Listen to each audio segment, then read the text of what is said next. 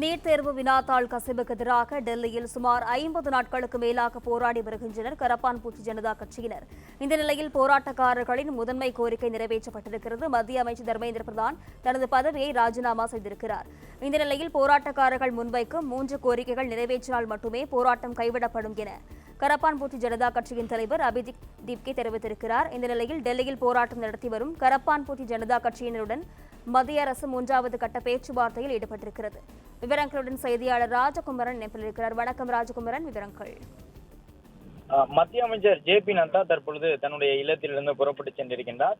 இன்னும் சற்று நேரத்திலே அவர் மத்திய அமைச்சர் ஜிதேந்திர சிங்குடன் இணைந்து 3வது கட்டமாக மாணவர்களோடு பேச்சுவார்த்தை நடத்துவதற்கான முயற்சியில் ஈடுபட இருக்கின்றார். இதன் மூலமாக மாணவர்களுடைய போராட்டம் முடிவுக்கு வருமா என்பது தெரிய வரும். எழுத்துப்பூர்வ உத்தரவாதத்தை மாணவர் அமைப்பினர் கேட்டிருக்கின்றார்கள்.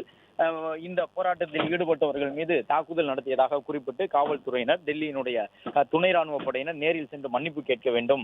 இந்த மாணவர் போராட்டத்தில் ஈடுபட்டிருக்கக்கூடியவர்களுக்கு மன்னிப்பை சொல்ல வேண்டும் என்ற அடிப்படையிலே காக்ரோச் ஜனதா பார்ட்டியினர் அதை ஒரு முக்கியமான கோரிக்கையாக முன்வைத்திருக்கின்றார்கள். இதேபோன்று எழுத்துப்பூர்வ உத்தரவாதம் வழங்கினால் மட்டுமே போராட்டத்தை கைவிடுவோம் என்று அவர்கள் சொல்லியிருக்கக்கூடிய நிலையில்தான் மத்திய அமைச்சர்கள் இருவரும் மீண்டும் அந்த மாணவர் அமைப்பினரோடு 3வது சுற்று பேச்சுவார்த்தையில் ஈடுபடுவதற்காக சென்றிருக்கின்றார்கள்.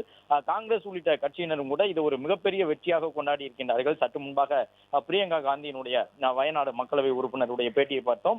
அவர் சொல்லும் பொழுது, எப்பொழுது இளைஞர்கள் விழித்தெழப் போகின்றார்கள் என்று காங்கிரஸ் கட்சி காத்திருந்தது நீட்டுக்கு எதிராக, இப்பொழுது மாணவர்கள் எழுந்திருக்கின்றார்கள், இது மாணவர்களுக்கு கிடைத்திருக்கக்கூடிய ஒரு மிகப்பெரிய வெற்றி என்பதாக தன்னுடைய கருத்தை எல்லாம் சொல்லியிருந்தார். எனவே காக்ரோச் ஜனதா பார்ட்டிக்கு காங்கிரஸ் உள்ளிட்ட கட்சியினருடைய ஆதரவு இருக்கின்றது, இடதுசாரிகளுடைய ஆதரவு இருக்கின்றது. பாஜகவிற்கு எதிரணியில் இருக்கக்கூடிய ஒட்டுமொத்த எதிர்க்கட்சியினரும் அவர்களுக்கு தங்களுடைய ஆதரவை வழங்கியிருக்கின்றார்கள். காங்கிரஸ் கட்சியின் சார்பில் பிரியங்கா காந்தி சற்று முன்பாக பேசும் பொழுது, வலுவான ஆதரவை நாங்கள் தொடர்ந்து வழங்கியிருந்தோம். வினாத்தாள் கசிவு, நீட் தேர்வு சீர்திருத்தங்கள் குறித்து ராகுல் காந்தி நீண்ட காலமாக பேசி வந்திருக்கின்றார்.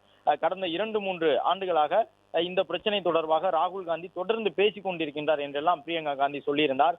இந்த விவகாரத்தை முன்வைத்து மாணவர்களுக்கு ஆதரவாக மட்டுமல்லாமல் மாணவர்களுடைய உரிமைகள், நீட் தேர்வு முறைகளில் சீர்திருத்தங்களை வலியுறுத்தும் விதமாக நாடு தழுவிய இயக்கத்தை உருவாக்குவதற்கும் எங்களுடைய இளைஞர் காங்கிரஸை நாங்கள் ஊக்குவித்திருந்தோம் என்றெல்லாம் கூட சற்று முன்பாக காங்கிரஸ் கட்சியினுடைய மூத்த தலைவர்கள் சொல்லியிருக்கின்றார்கள். எனவே இந்த போராட்டம் ஒரு அரசியல் மய போராட்டமாக தற்போது பரிணாமம் பெற்றிருக்கின்றது. ஆளும் அரசுக்கு நெருக்கடியை உண்டு செய்யக்கூடிய வகையிலான போராட்டமாக இதை மாற்றி இருக்கின்றார்கள் என்பதைத்தான் காங்கிரஸ் உள்ளிட்ட கட்சியினர் வெளிப்படையான ஆதரவை இந்த காக்ரோச் ஜனதா பார்ட்டி என்கின்ற பெயரில் ஒன்று சேர்ந்திருக்கக்கூடிய இளைஞர்களுக்கு சொல்லியிருக்கக்கூடிய இந்த வாழ்த்து செய்தியின் மூலமாக புரிந்து கொள்ள முடிகின்றது. மத்திய அரசை பொறுத்தவரை அவர்கள், அதாவது இந்த காக்ரோச் ஜனதா பார்ட்டியினர் தொடர்ந்து போராட்டத்தில் ஈடுபட்டாலும் கூட குறிப்பிட்ட ஒரு இடத்தை நோக்கி நாடாளுமன்றத்தை முற்றுகையிடவோ, பிரதமர் அலுவலகத்தை முற்றுகையிடவோ புறப்பட்டு செல்லும் பொழுது சிறிய அளவிலான தடியடி நடைபெற்றிருந்தது. அது மட்டுமல்லாமல் அந்த மாணவர்கள் மீது தாக்குதலும் நடத்தப்பட்டதாகவெல்லாம் காணொலிகள் வெளியாகி இருந்தன. காவல்துறையினர் அதுபோன்று அனுமதிக்கப்படாத இடங்களில் போராட்டத்தில் ஈடுபட முனைந்தால் அவர்களை தாக்கி அங்கிருந்து பின்வாங்க செய்திருந்தார்கள். என்றாலும் தொடர்ந்து போராட்டம் நடத்துவதற்கான அனுமதி மாணவர்களுக்கு வழங்கப்பட்டு வந்திருக்கின்றது. அப்படி இருந்தும் கூட மாணவர் அமைப்பினர் தங்களுடைய முதன்மை கோரிக்கை ஏற்கப்பட்டாலும் மீண்டும் ஒரு 3 கோரிக்கைகளை எழுப்பி இருக்கின்றார்கள். அதில் முக்கியமானது காவல்துறையினரும் துணை ராணுவ படையினரும் தங்களை பார்த்து மன்னிப்பு கேட்க வேண்டும். போராட்டத்தில் ஈடுபட்ட உங்கள் மீது தாக்குதல் நடத்தியதற்கு நாங்கள் மன்னிப்பு கேட்டுக்கொள்கிறோம், வருத்தம் தெரிவித்துக் கொள்கின்றோம் என்று நேரில் வந்து மன்னிப்பு கேட்க வேண்டும். அது மட்டுமல்லாமல் நீட் வினாத்தாள் கசிவுக்கு பிறகாக நீட் தேர்வு காரணமாக மனமுடைந்து இறந்து போன மாணவர்களுடைய குடும்பத்தவர்களுக்கு தலா 1 கோடி ரூபாய் இழப்பீடு வழங்க வேண்டும் என்ற ஒரு கோரிக்கையும் அவர்கள் முன்வைத்திருக்கின்றார்கள். அதோடு சேர்த்து 3வதாக மேலும் சில கோரிக்கைகளையும் அவர்கள் கூறியிருக்கக்கூடிய நிலையில்தான் மத்திய அரசினுடைய நிலைப்பாடு என்னவாக இருக்க போகின்றது. இன்னும் சற்று நேரத்தில் பேச்சுவார்த்தையிலே மத்திய அமைச்சர் ஜே.பி. நட்டா அவர்களும் ஜிதேந்திர சிங் அவர்களும் ஈடுபட போகின்றார்கள். டெல்லியிலே இந்த போராட்டத்தில் ஈடுபட்டவர்கள் மீது ஒரு சிலர், அந்த போராட்டத்தை ஒருங்கமைவு செய்தவர்கள் மீது பொது சொத்துகளுக்கு சேதம் விளைவித்தது, போக்குவரத்துக்கு இடையூறு ஏற்படுத்தியது, அரசு பணியாளர்களுக்கு காவல்துறையினரை தங்களுடைய பணியை செய்ய விடாமல் தடுத்தது என்பது உட்பட சில வழக்குகள் பதிவு செய்யப்பட்டிருக்கின்றன. அந்த சட்டப்பிரிவுகளின் கீழே பதிவு செய்யப்பட்டிருக்கக்கூடிய வழக்குகளை எல்லாம் கைவிட வேண்டும்.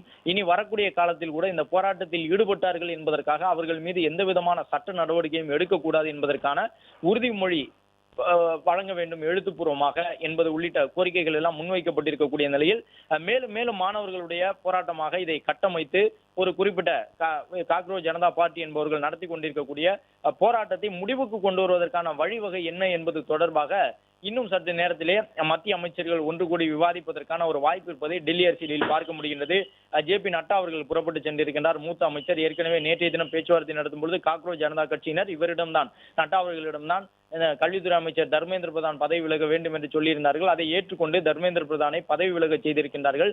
அதன் பிறகு மாணவர்கள் 3 கோரிக்கையை முன்வைத்திருக்கின்றார்கள். இந்த 3 கோரிக்கை ஏற்கப்பட்டாலும் கூட உடனடியாக மாணவர்கள் கலைந்து செல்வார்களா அல்லது மீண்டும் ஒரு 3 விதமான கோரிக்கைகளை முன்வைப்பார்களா என்ற ஒரு கேள்வி இருக்கின்றது. ஏனென்றால் இவர்கள் இப்பொழுது நீட் தேர்வை முழுவதுமாக ரத்து செய்ய வேண்டும் என்று சொல்லவில்லை. ஆனால் இவர்களுடைய போராட்டத்தில் பங்கேற்ற பல்வேறு கட்சிகளை சார்ந்தவர்கள், குறிப்பாக தமிழ்நாட்டு கட்சியை சார்ந்த பலரும் கூட நீட் தேர்வை முழுவதுமாக ரத்து செய்ய வேண்டும் என்ற கோரிக்கையை நீங்கள் முன்வைக்க வேண்டும் என்றிருக்கின்றார்கள். ராஜகுமரன், விவரங்களுக்கு நன்றி. பிளே ஸ்டோர் மற்றும் ஆப் ஸ்டோரில் இருந்து பாலிமர் செயலியை QR கோடு மூலம் பதிவிறக்கம் செய்யுங்கள். செய்திகளை உடனுக்குடன் பெறுங்கள்.